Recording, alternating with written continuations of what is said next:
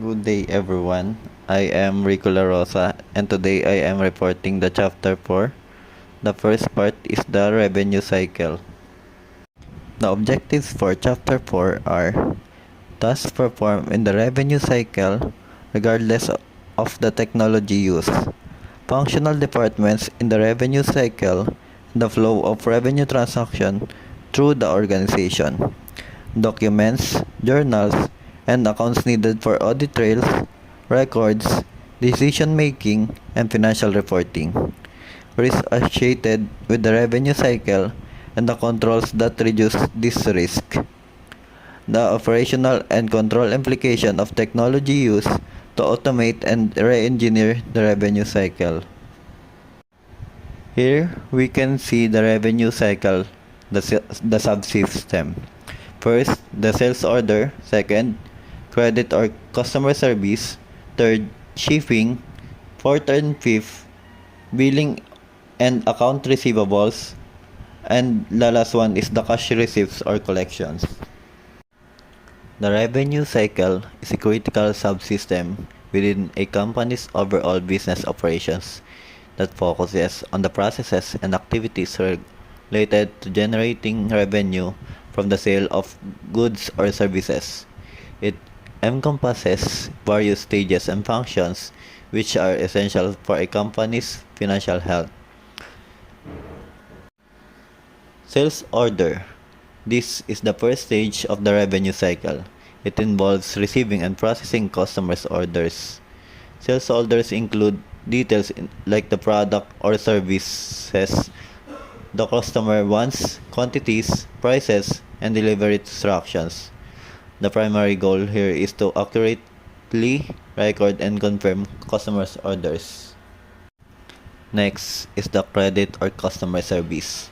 Before proceeding with an order, a company may perform a credit check on the customers to ensure their ability to pay. The credit department assesses the customer's credit worthiness and decides whether to extend credit or not.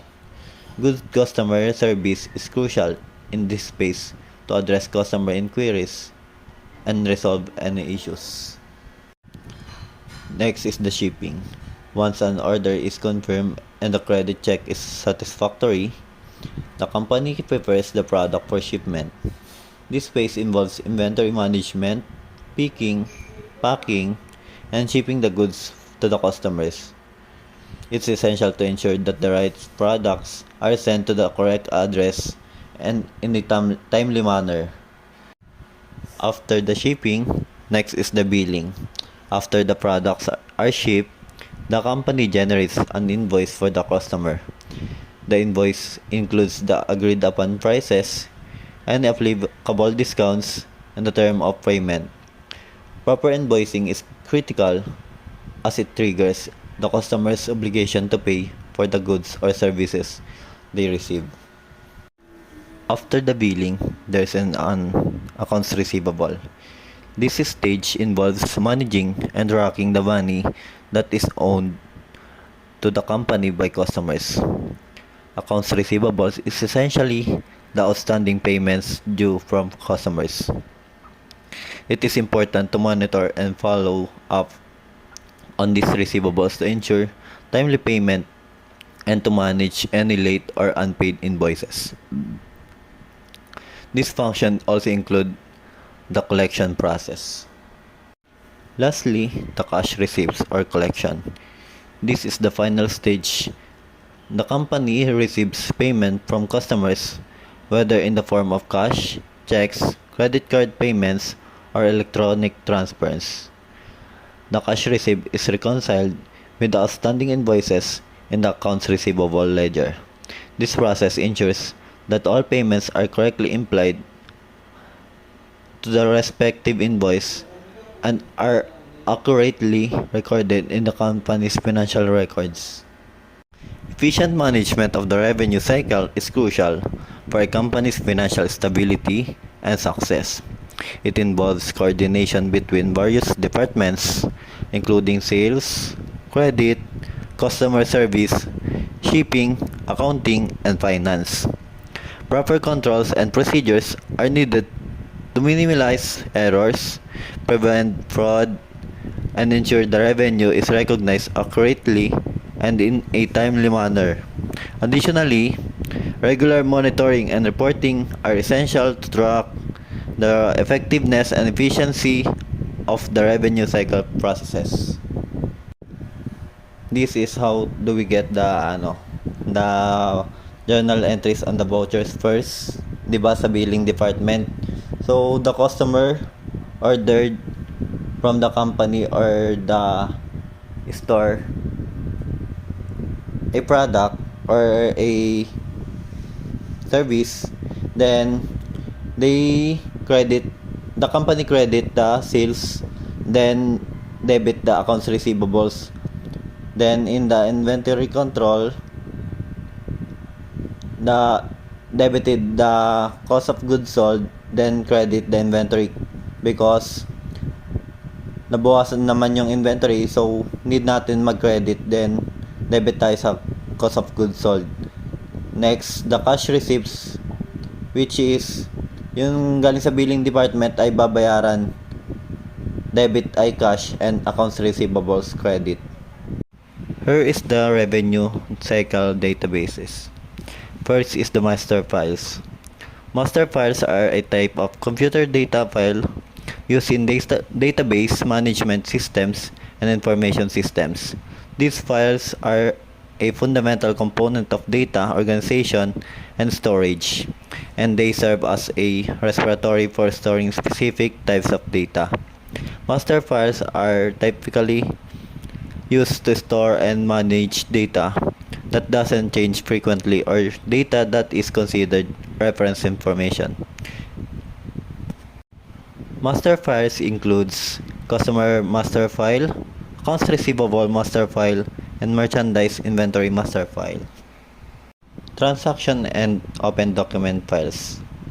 Transaction files and open document files are two different types of computer files used in various information systems, including accounting and document management systems. Transaction files are used to record individual business transactions or events as they occur. These files capture real-time data related to specific business activities such as sales, purchases, payments, or any operation that results in a change in the organization's financial or operational status.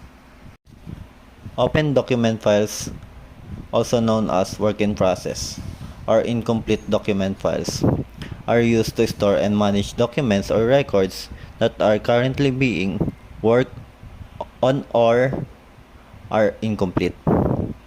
These files hold documents that may require further data entry, review, or editing before they are considered finalized or ready for storage in a master file or archival system.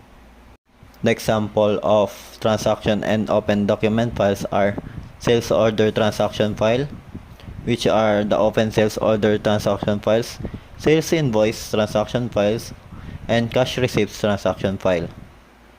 We have the other files, which are including the shipping and price data reference file. The credit reference file may not be needed. The salesperson file may be a master file, sales history file, cash receipts history file, and accounts receivable report files. Here is the data flow diagram of sales order process. A data flow diagram is a graphical representation that illustrates the flow of data within a system or process. The data flow diagram for sales order process, as mentioned by James Hall, would describe how information flows within the context of managing sales orders. In such a data flow diagram, you can represent data movement between different components of the sales order process. In the data flow diagram of sales order process, the first element is the customer, which are people who make purchases. Then, after the customer place an order, the company receive an order. Then, The received order will go to the check credit, and the credit records will approve if it is accurate. Then it will go back to the receive order. The receive order will go to the open order file, which the receive date and the receive date are approved. Next, the receive order will go to the ship goods. Then the ship goods will go to the open order file, which makikita natin dito na dapat accurate ang kanilang ship date, then back order status. Then yung receive order ay pupunta siya sa pick goods. Siya ay magiging isang pick goods kasi magre-release ng stock ang isang warehouse. Bago yung mag-release ng stock, mapunta muna siya sa back order file to check if the quantity are sufficient. Then pumunta siya sa stock records if the products and quantity are available. If is available and it was verified, the stocks will release to ship goods. Then nasa ship goods na tayo. Pupunta muna siya sa shipping logs para makita kung anong details ng nung isang shipment, which is yung ship date and the back order status. After ng ship logs, pupunta siya sa bill customer, which gagawa ng invoice, sales order invoice copy, which is yun yung nasa sales order pending file. So yung nasa bill customer, so nag-bill na sa customer. After the billing the customer, it will be posted in sales journals, which includes the sales details. After mag sales journals, the bill customer will update the inventory records. I-review yung mga stocks na na-release. Then after the update of inventory records, pupunta sa inventory subsidiary ledger. I-update din yung ledger which the product and quantity sold. After mag-update ng inventory records, pupunta sa post to general ledger. After posting into general ledger, it will be a general ledger records and journal voucher file that to be approved. Then yung bill customer will update the accounts receivable records, which includes the sales order in the which we can see in the ledger copy. Then after updating the accounts receivable records, it will be seen in accounts receivable subsidiary ledger. The bill customer will send it to the customer using a sales invoice. This information flows illustrates how data moves between different components of the sales order process. It begins with the customer placing an order and involves several steps to verify the customer, check inventory, generate an invoice, process payment, and fulfill the order. Information is stored in various databases and is accessed and processed by different steps in the process to ensure a smooth and accurate sales order fulfillment process. A flowchart is a visual representation of a process showing the steps, decisions, and the flow of data or materials. Here is the sales order process flowchart, which the sales will first element of the sales is the customer. After the customer place an order, the sales order will be prepared. which include the stock release, the packing slip, the shipping notice, and the invoice. Then after that, it will be filed and sent to the credit copy that to be approved. After preparing the sales order, if the sales order was approved, the file will go to the warehouse to check if there is stocks. The warehouse will release stocks, then go to the pick goods. The pick goods will be recorded. The stock will release will go to the it will be reconciled, prepare bill of lading, and complete shipping notice. After that, it will log in the shipping log. After reconciling, preparing a bill of lading, and complete shipping notice, it will send to the carrier. Reconcile and prepare a bill of lading and complete shipping notice will update the stocks release. Then it will go to the shipping notice. The shipping notice will reconcile, add price, and bill the customer. After billing the customer, it will put in the sales journal and journal voucher. After putting that, it will put in the general ledger. After reconciling and adding prices and bill the customer,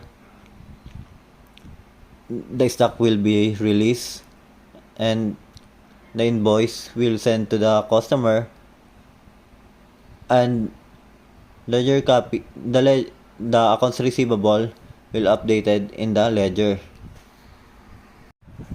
Here is a simplified example of sales order process flowchart. It will start in the customer places an order, then it will receive sales order. The sales department receives the customer's order and records the details. It will check the inventories and they determine if the order products are in the stocks. If yes, it will move to the next step. If no, it will notify the customer and end the process. If yes, it will generate invoice. It will create an invoice for the customers with details of the orders. Then it will fulfill the order. It ensure the products are picked and packed and shipped to the customer. After shipment, it will be the process of payment. The finance department processes the customer's payment.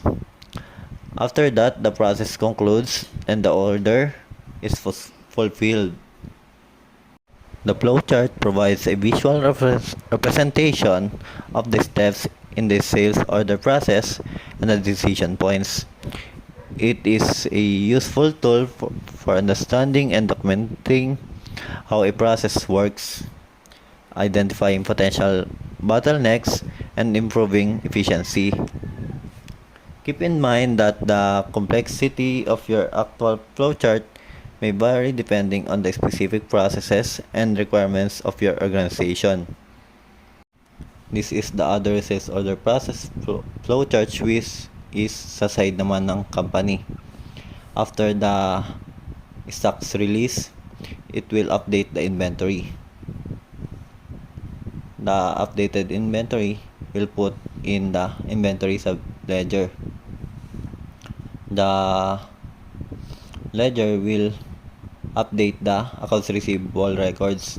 The updated accounts receivable records will put in accounts receivable sub-ledger. The journal voucher will update the general ledger from journal vouchers and reconcile. It will put in the general ledger. Then after updating the general ledger, it will be the accounts receivable summary, journal voucher, journal voucher. The next slide will the manual sales order processing.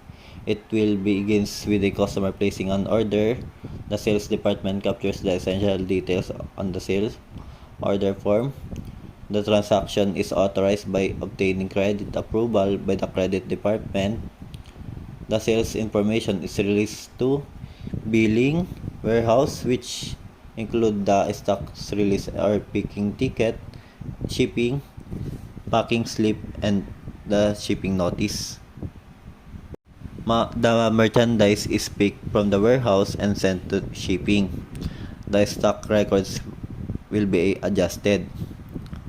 The merchandise packing slip and bill of lading are prepared by shipping and sent to the customer. Shipping reconciles the merchandise received from the warehouse with the sale information on the packing slip. Shipping information is sent to billing. Billing compiles the reconciles the relevant facts and issues an invoice to the customer and updates the sales journal. Information is transferred to accounts receivable and inventory control.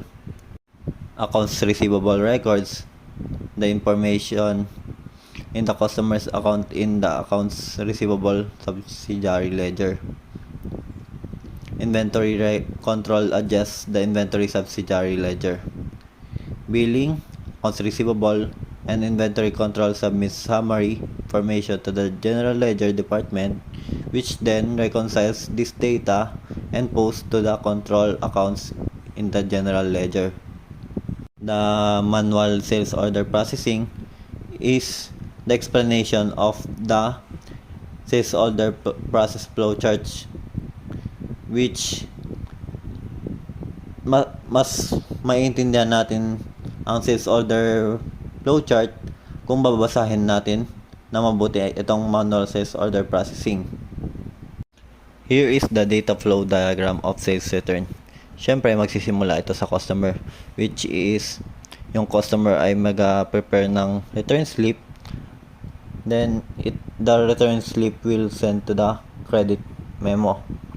Then, after preparing a credit memo, it will send to the credit department. After approving it, the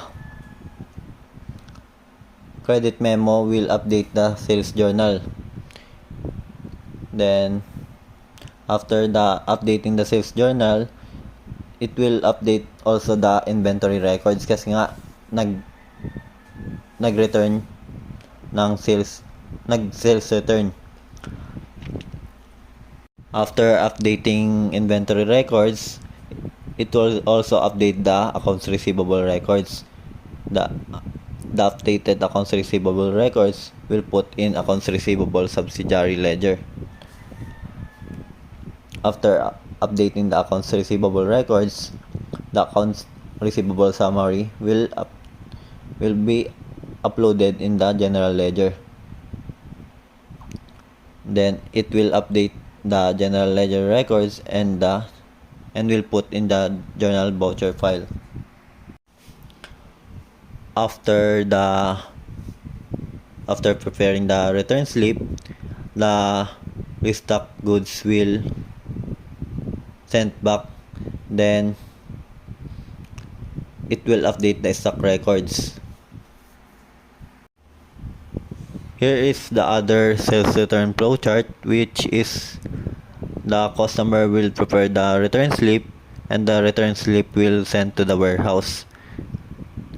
And return slip in the sales will prepare a credit memo and the credit memo will update the journal. After updating the journal, it will affect the sales return and allowances.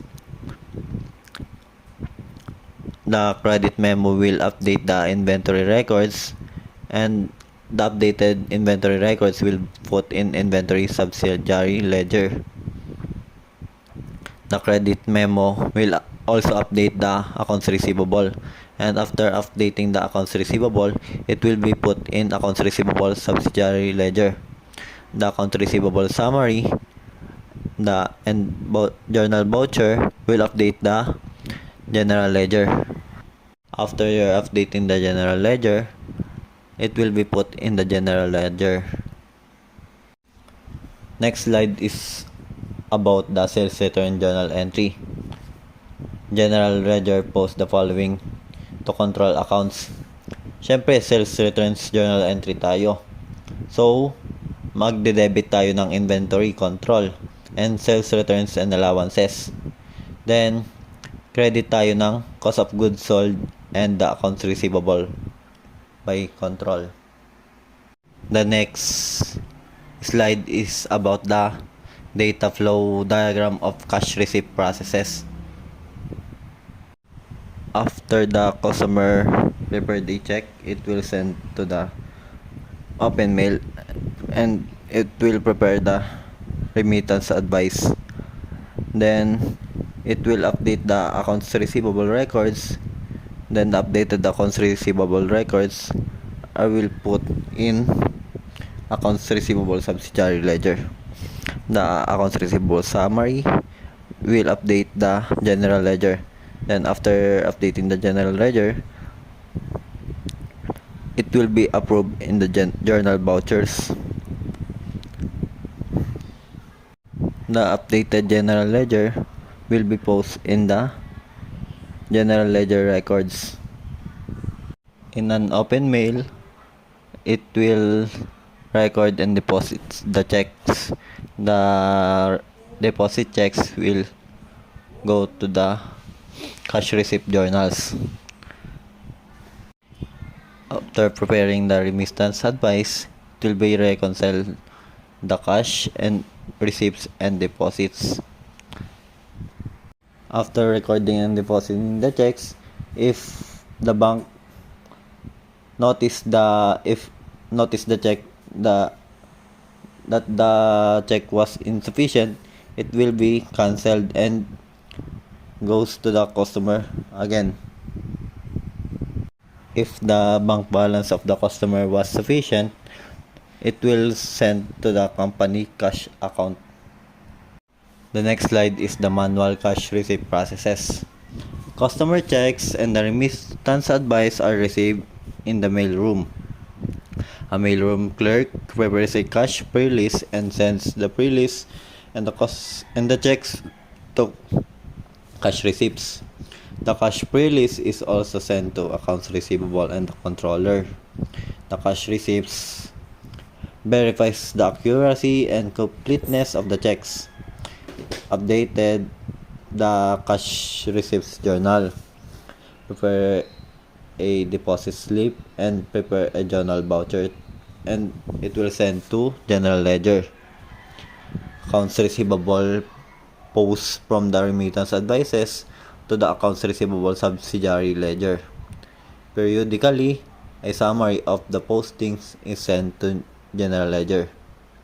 General ledger department reconciles the journal voucher from cash receipts with the summaries from accounts receivable.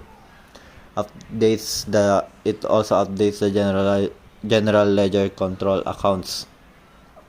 The controller reconcile the bank accounts. The next slide is the summary of internal controls, which will be discussed on the part 2 of my co-reporter Angela Makailaw.